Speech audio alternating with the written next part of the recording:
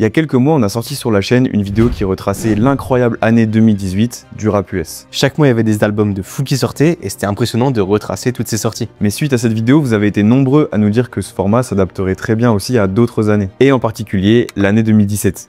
Du coup, on est allé jeter un œil sur ce qui était sorti cette année-là pour se rafraîchir la mémoire et franchement, c'est vrai que c'était très fort. Du coup, vous l'avez deviné, ici Traco et Fram, et à travers cette vidéo, on va retracer ensemble l'année folle qu'a été 2017 pour le rap US.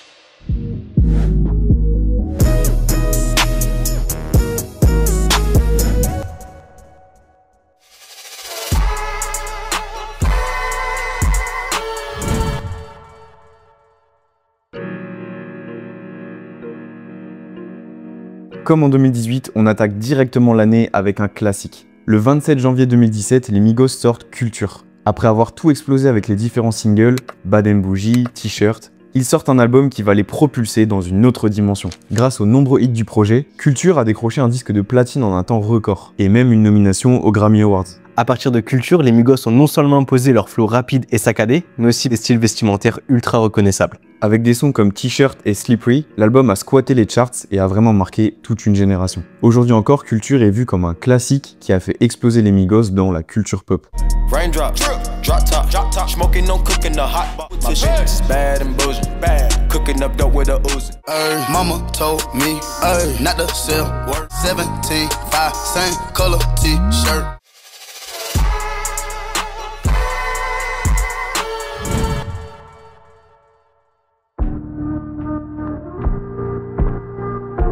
Voilà, janvier c'était assez court, mais février c'est le retour d'une légende dans le rap US. C'est au tour de Future de faire son grand retour avec son projet éponyme. Alors clairement c'est pas l'album le plus marquant du rappeur, il sort du succès de gros projets très marquants donc c'était un vrai challenge. Au final on trouve quelques longueurs, il aurait clairement pu être allégé en supprimant quelques morceaux, mais malgré tout on est obligé de souligner que sur ce projet se trouve le plus gros succès de Future à ce jour, un morceau qui à la base n'était même pas censé être sur le projet, Mask Off.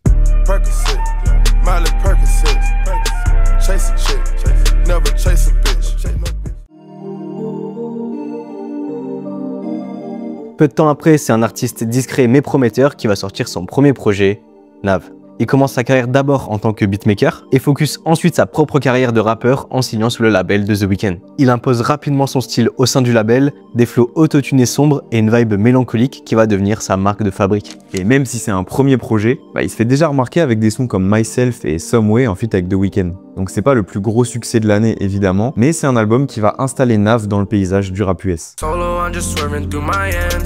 Me up before and I feel like myself again. She just want a nigga like me, you feeling some way.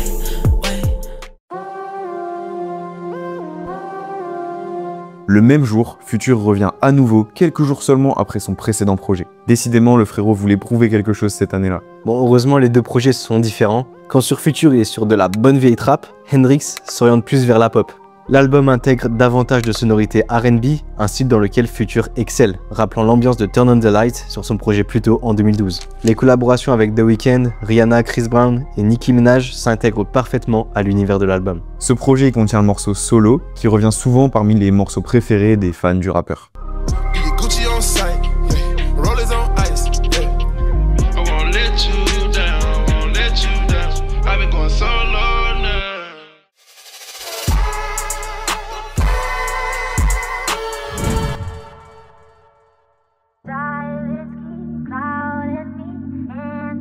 En mars 2017, Drake est au sommet de sa popularité. Il a sorti Views qui a été un énorme carton l'année d'avant et le public attend donc beaucoup de son futur projet. Le 18 mars, il sort alors More Life et ne le présente non pas comme un album classique mais plutôt comme une sorte de playlist. More Life, c'est un mélange de plein de styles différents. R&B, dancehall, grime, trap, afrobeat, parsemé sur 22 titres avec plein de collaborations. On trouve aussi bien des gros noms de rappeurs américains comme Kanye West, Travis Scott, Young Thug, que des rappeurs britanniques comme Giggs, Skepta, ou des talents émergents à l'époque comme Georgia Smith. La sortie de ce projet fait énormément de bruit sur les réseaux sociaux et dans la pop culture, puisque sur ce projet, Drake y popularise des sons caraïbéens et afro. C'est aussi son format playlist qui annonce en quelque sorte la tendance qui va suivre pour les albums très longs pensés pour le streaming. Niveau succès, c'est énorme, c'est Drake. Avec des morceaux comme Passion Fruit et Fake Love, More Life bat des records de streaming dès le premier jour. Il se classe numéro 1 des ventes dans plusieurs pays. More Life va vraiment consolider le statut de Drake comme l'un des artistes les plus influents de sa génération.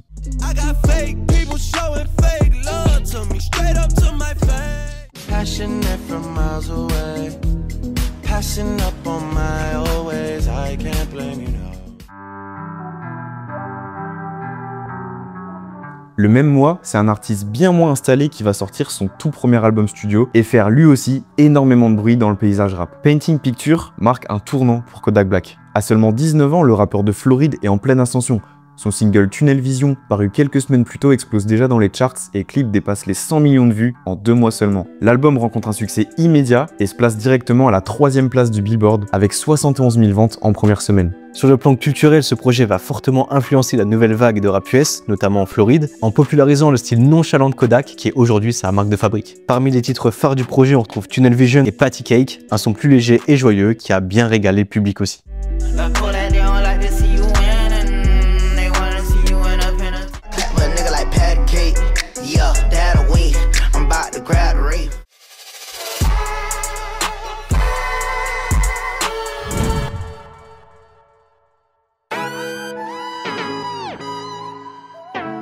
En 2015-2016, Carti commence à se faire remarquer sur SoundCloud et aux côtés du A$AP Mob, créant donc une grosse attente chez ses premiers fans. C'est le 14 avril 2017 qui va répondre à cette attente en sortant son projet éponyme à un moment charnière de sa carrière. À sa sortie, la mixtape rencontre un bon succès commercial, elle se place à la 12e place du Billboard 200 dès la première semaine avec environ 28 000 ventes. Le projet a clairement influencé le son du rap de la fin des années 2010 en popularisant une nouvelle forme de trap plus minimaliste et plus mélodique, remplie d'adlibs et d'instrus planantes, un style qui a inspiré toute une nouvelle vague d'artistes. Et ça, c'est grâce à d'énormes hits comme Magnolia qui s'est imposé comme le morceau de l'été 2017 grâce à son refrain entêtant et à un clip coloré tourné dans les rues de New York. On s'en souvient, le titre était devenu un phénomène sur internet, propulsant donc la carrière de Playboi Carti. Wake Up Like This en featuring avec Lil Uzi Vert est aussi un morceau marquant de l'album qui a clairement joué un rôle dans le succès de la tape. Il est aussi très bien apprécié des fans et image bien cette complicité entre Lil Uzi et Playboi Carti. Sur le projet, Carti nous présente son esthétique singulière, que ce soit niveau look et mode,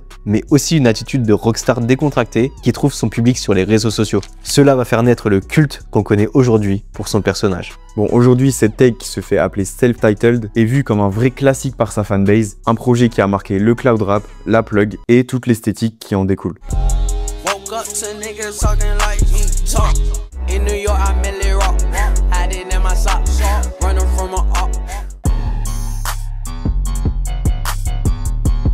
Le 14 avril 2017, donc exactement le même jour, un autre projet majeur du rap US apparaît sur les plateformes. Cette fois-ci, il s'agit d'un rappeur bien installé depuis quelques années. À cette époque, Kendrick est déjà au sommet du rap après le succès de To Pimp a Butterfly et la hype autour de ce nouvel album est immense. Et encore une fois, Kendrick ne déçoit pas. Dame bat des records dès sa sortie. L'album entre directement numéro 1 en Billboard 200 avec environ 600 000 ventes en première semaine et il sera certifié triple platine en moins d'1 an. Dame, c'est un projet qui va confirmer l'influence de Kendrick Lamar dans le rap actuel et prouver qu'on peut allier à la fois gros succès commercial et message profond. L'album est porté par des morceaux phares comme Humble, le premier numéro 1 de Kendrick dans les charts avec son clip aux milliards de vues. T'as aussi DNA et Loyalty, un bête de son R&B en feat avec Rihanna, mais aussi Love, un titre plus doux mais tout autant apprécié par les auditeurs.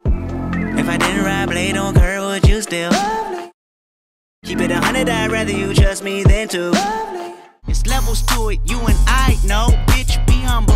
Hold up, bitch, sit down.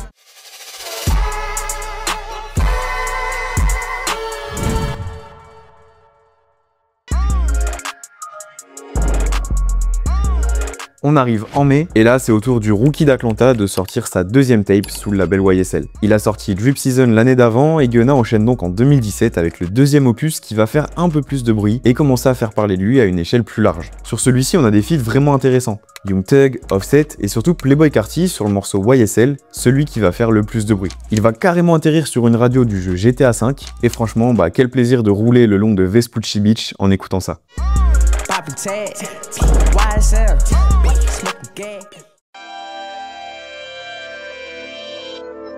Toujours au mois de mai, c'est au tour d'un autre rookie de montrer ce qu'il a dans le ventre. Il a déjà sorti plusieurs projets sur SoundCloud et se destine vraiment à être une des références de cette nouvelle génération SoundCloud. Trippie Redd sort le premier opus de sa série bien connue aujourd'hui, A Love Letter to You. En partie grâce au morceau Love Scars sorti en tant que single, la tape rencontre un succès énorme pour le statut de Trippie à l'époque. Plus de 400 millions de streams pour Love Scars, 135 millions de vues sur YouTube, la tape se place à la 64e place du Billboard. Avec des morceaux comme Love Scars, Romeo et Juliette et Paul 1469, ce premier opus devient une énorme rampe de lancement pour la carrière de Trippie Redd qu'on connaîtra par la suite.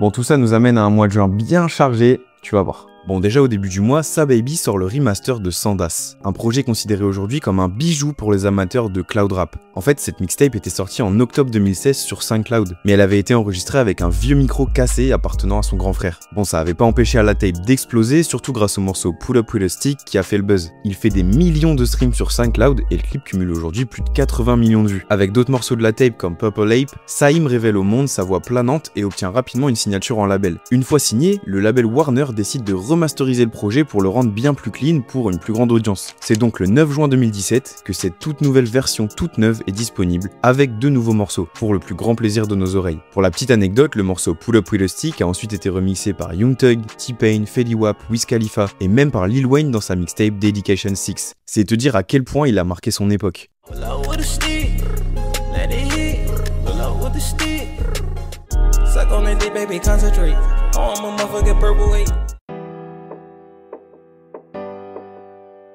Le 16 juin, c'est le grand retour de Young Thug, avec une mixtape chantée, plus personnelle, plus mélodique, qu'il décrit comme étant destinée à un public plus féminin. Si t'as déjà regardé notre vidéo qui retrace toute la carrière de Young Thug, tu connais déjà bien ce projet. Bon, pour les autres, il débarque sur des instrus à la petite guitare, des petits refrains chantonnés, il est totalement à cœur ouvert sur le projet. On sent que Thug se lâche complètement vocalement, et ça nous donne pas mal de morceaux vraiment intéressants. C'est d'ailleurs sur ce projet qu'on trouve le morceau Relationship en feat avec Future, qui va faire office de morceau de l'été pour notre plus grand plaisir.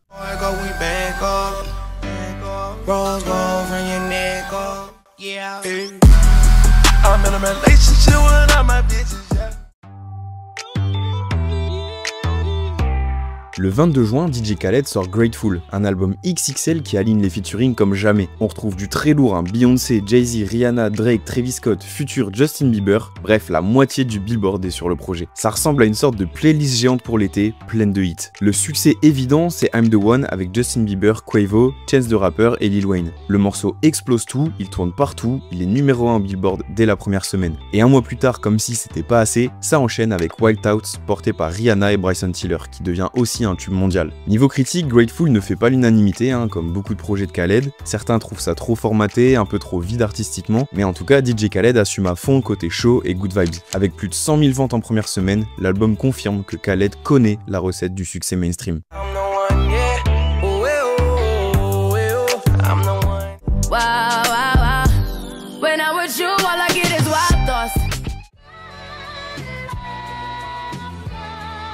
Bon, impossible de quitter le mois de juin sans parler de 444 de Jay-Z. Ce 13e album studio marque le grand retour de Jay-Z après 4 ans d'absence. Il arrive à un moment où le rappeur, alors âgé de 47 ans, est déjà considéré comme une légende vivante du rap et l'attente du public était immense. L'album a tout de suite explosé les charts, il se place numéro 1 et est certifié disque de platine en moins d'une semaine. D'ailleurs, c'est le 13e album platine consécutif de Jay-Z, c'est une dinguerie. L'impact culturel de 444 a été énorme. L'album a fait parler de lui pour ses thèmes plus personnels. Sur le morceau éponyme du projet, Jay-Z présente des excuses publiques à Beyoncé suite à son infidélité. Il parle de sujets intimes comme son couple, la famille ou la réussite afro-américaine. Pour beaucoup sur ce projet, Jay-Z renoue avec un rap conscient de haut niveau qui contraste beaucoup avec la mode du dumb rap ou du rap ignorant de cette période-là. Et en gros, il pousse ses collègues rappeurs à élever un peu le niveau.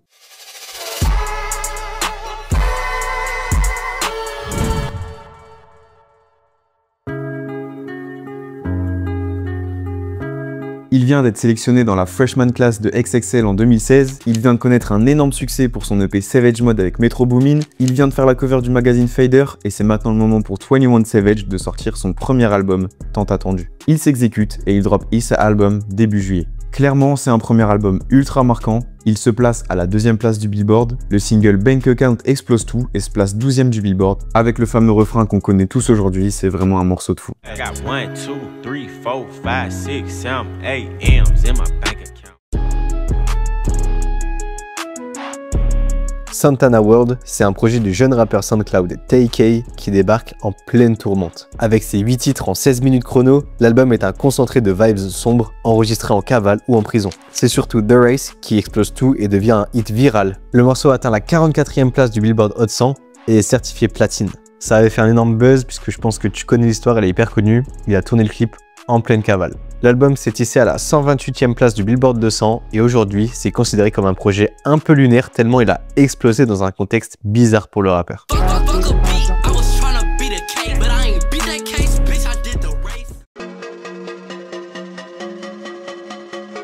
2017 marque l'ascension fulgurante de Lil Baby sur la scène trap d'Atlanta. Il vient d'être repéré par Young Thug, il est encore peu connu à l'époque, et sur Harder Than Hard, Lil Baby dévoile son style au monde entier, enchaînant les punchlines sur des instrus sombres et percutantes. My Dog s'impose direct comme le hit, propulsant Lil Baby dans le game.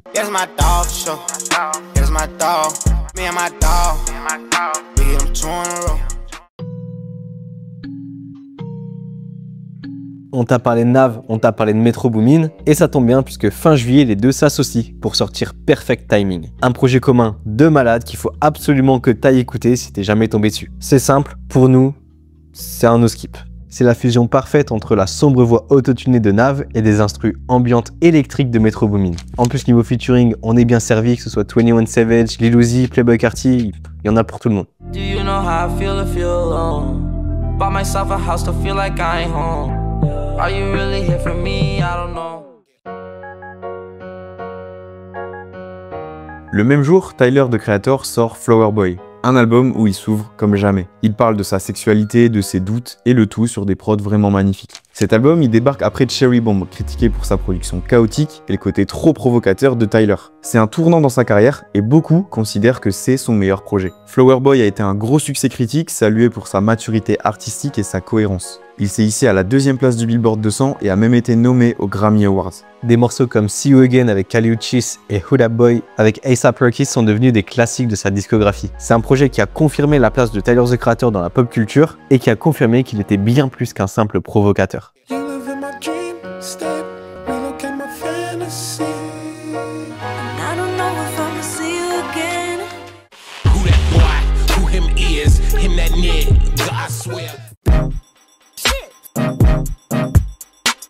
Sorti le 28 juillet 2017, Good For You marque les débuts très remarqués d'Aminé avec un album qui rompt complètement avec la vibe du rap de l'époque. Là où la trappe plutôt sombre régnait, lui débarque avec un univers coloré, léger, un peu chelou, mais hyper assumé à l'image de la pochette où il est posé tranquille sur des toilettes bleues. Son flow chantonné, ses prods groovy et ses textes sincères apportent un vrai vent de fraîcheur. L'album contient plusieurs sons marquants, le hit Caroline est déjà énorme avant même la sortie, mais aussi Spice Girl. La réception est carrément positive, tout le monde salue son originalité, et côté chiffres, Good For You entre à la 31e place du Billboard 200 avec environ 13 000 ventes en première semaine. Un vrai bon départ pour un premier projet qui va lui permettre de poser la première brique de la carrière qu'on connaît aujourd'hui. Bad things, fine as hell. Caroline, you divine, mighty fine.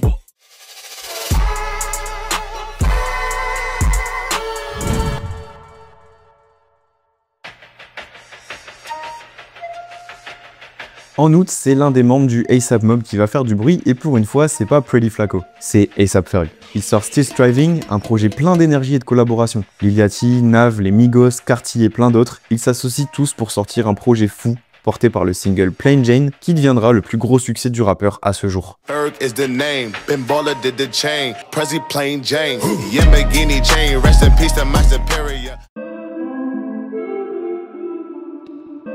Bon là on arrive au 25 août et le moins qu'on puisse dire c'est que cette journée a été une journée bien chargée pour le rap US. Un vrai jour férié. Bon, déjà ça commence très fort avec Love is Rage 2 de Lil Uzi Vert. Ce projet il est vraiment arrivé comme une bombe dans le paysage rap. Il marque un tournant pour Lil Uzi qui passe de phénomène de rap SoundCloud à réel superstar. Les singles Exo Tour Life et The Way Life Goes ont explosé. Ils ont carrément propulsé l'album en tête du Billboard 200. Dessus, Uzi mélange trap mélodique et emo rap, créant un son hybride qui a influencé toute une génération de rappeurs après lui. Bref, Love is Rage 2 c'est un classique instantané qui a défini Lil Uzi comme l'un des rappeurs les plus importants de sa génération.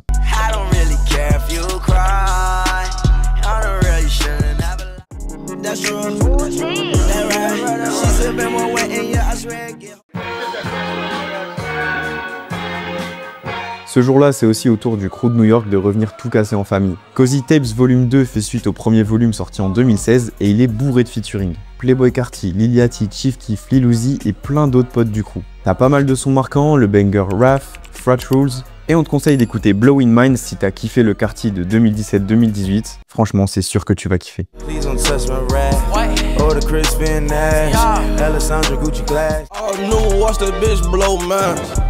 When we show up, you know it's showtime. And that Hellcat, yeah, burning up. Let the window down, yeah, lay it out. On t'a pas menti, le 25 août 2017, c'était vraiment un jour à marquer au fer. Et ouais, puisqu'on clôture l'été avec 17 de XXXTentacion. Un album qu'on présente même plus tellement son impact, il est titanesque. Il a clairement marqué un tournant dans la carrière de l'artiste, laissant derrière lui ses sons agressifs pour dévoiler un projet introspectif et émotionnel. Niveau chiffres, c'est juste hallucinant. Jocelyn Fleurs, c'est 2,3 milliards de streams. Fuck Love en feat avec Trippie Redd, presque 2 milliards de streams. Et pendant longtemps, ça a même été le son le plus streamé de l'histoire de SoundCloud. Clairement, 17, c'est un des projets qui a le plus marqué l'histoire de la génération SoundCloud et qui même au-delà de ça a laissé son empreinte sur toute une génération.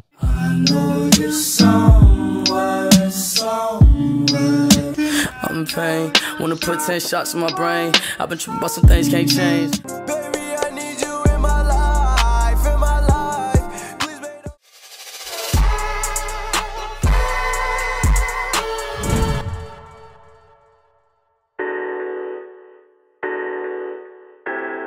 Bon, on arrive en octobre et on se rend compte que 2017, ça a quand même été une sacrée année pour Trippie Redd. Il sort son premier vrai projet en mai, il est en feat sur Fuck Love de X, l'un des plus gros morceaux de l'année, et en octobre, il sort déjà le deuxième opus de sa série, A Love Letter to You. Bon, c'est pas le plus marquant de la série, clairement, mais il permet de confirmer que Trippie est là pour rester et qu'il peut mélanger violence et mélodie comme personne.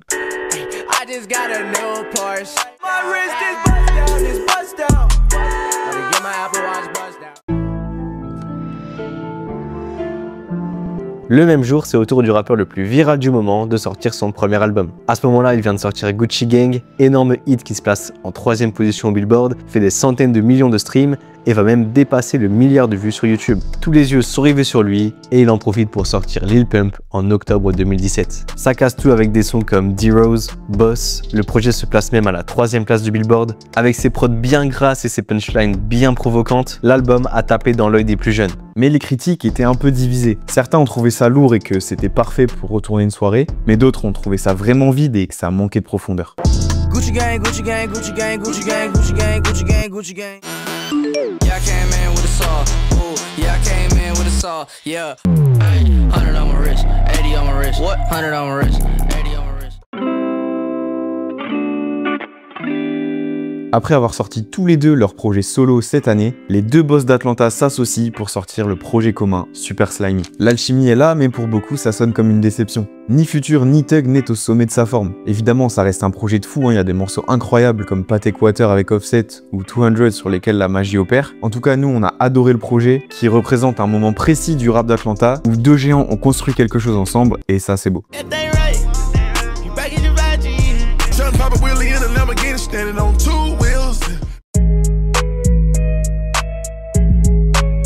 Après Savage Mode en 2016, l'un des duos les plus efficaces du rap US reprend service en 2017. 21 et Metro s'allient à nouveau fin octobre pour nous sortir Without Warning. Ça sort par surprise pour Halloween et s'associe aussi à Offset.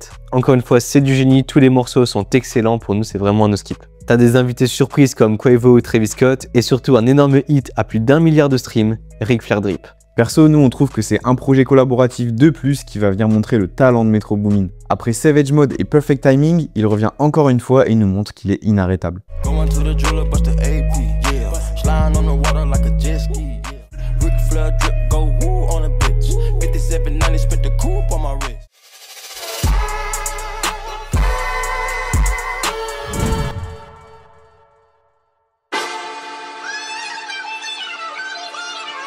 Le 17 novembre, c'est une sortie qu'on n'avait pas forcément vu venir. Sire, le tout premier album studio de Jaden Smith. On connaissait surtout le personnage pour son excentricité, ses tweets perchés et ses tenues cheloues, mais là c'est un projet ambitieux, ultra soigné, qui surprend tout le monde. Visuellement c'est hyper léché, des bons clips sous coucher de soleil et musicalement Jaden propose un mélange de rap, de rock et de cloud pop. Le single Icon devient un vrai phénomène. Le clip casse tout sur les réseaux avec des millions de vues et même une parodie de son daron sur Insta. Autre morceau marquant, Batman, où il rappe déguisé en Batman blanc dans les rues de LA, totalement dans son délire. L'album divise un peu, certains saluent l'originalité et les prods soignés, d'autres trouvent ça trop prétentieux ou même un peu immature. Mais ce qui est sûr, c'est que Sire a marqué l'année en imposant Jaden comme un vrai nom à suivre dans la scène rap à l'époque.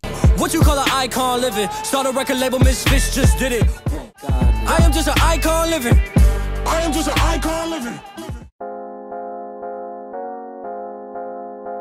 En novembre, Gunna fait son retour après avoir sorti Drip Season 2 en mai. C'est un projet court, intégralement produit par Wheezy, pas spécialement marquant mais on était obligé d'en parler car il contient un morceau qui va clairement contribuer à développer la notoriété de Gunna, Drip or Drown.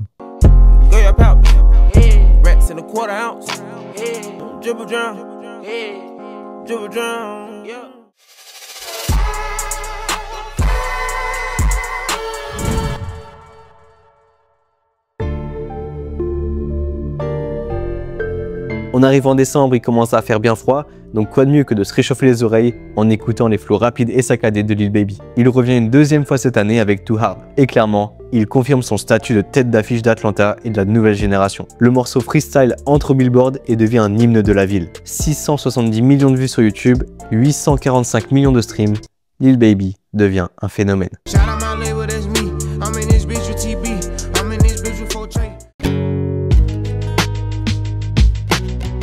Le 15 décembre, Eminem revient avec Revival, un album qui a clairement divisé. Certains saluent son retour au rap engagé, d'autres trouvent qu'il a du mal à s'adapter à la nouvelle génération. C'est un projet qui arrive après 4 ans de silence et qui se lance direct dans les thèmes politiques, notamment avec des critiques de Trump et les problèmes de société. Bon, niveau vente, c'est quand même un énorme succès, ça reste Eminem, mais selon certains auditeurs, c'est un projet qui a été pas mal porté par les featuring. Pour bien finir l'année, on va évoquer ce qui est pour nous l'un de nos projets collaboratifs préférés dans le rap. Unshot Jack, Jack Unshow de Travis Scott et Quavo. C'est un projet qui rassemble les univers des deux artistes et offre un condensé de hits. Encore une fois, pour nous, c'est un no skip. Un projet qui s'écoute comme une sorte de playlist où chaque morceau apporte quelque chose de fort. Dubai Shit, Saint Laurent Masque, Go, le niveau des instrus, c'est aberrant. Si t'as jamais écouté ce projet, bah je sais pas ce que t'attends. Vas-y. Dubai shit, Dubai whips, different place. Yeah, mama built the Saints. Yeah, counting up the O's. Bon, évidemment, tu te doutes bien qu'on n'a pas pu évoquer tous les projets sortis en 2017, il a fallu faire des choix pour pas que la vidéo dure 1 heure, mais on tient quand même à faire une petite mention honorable à quelques projets sur lesquels on s'est pas attardé dans cette vidéo. Bon, déjà Gucci Mane avec Mr. Davis et Drop Top Wop, Meek Mill avec Wins and Losses, 2 Chainz avec Pretty Girls Like Trap Music, X avec A Ghetto Christmas Carol, Joey Badass avec All American Badass, Rick Ross avec Rather You Than Me, French Montana avec Jungle Rules, Bryson Tiller avec True to Self, Logic avec Everybody, Macklemore avec Gemini, Lil Yachty avec Teenage Emotions, Vince Staples avec Big Fish Theory et finalement G.I.D. avec The Never Story. Bon voilà les refs, c'était l'année 2017 du rap US, une année durant laquelle plein de talents ont explosé et où des légendes ont confirmé leur place. Dites-nous dans les commentaires quel projet vous a marqué le plus cette année-là et quelle autre année vous aimeriez qu'on explore ensemble. Tu peux liker cette vidéo si t'as passé un bon moment, t'abonner si tu veux voir les suivantes et surtout n'oubliez pas, Restez scriptés les refs.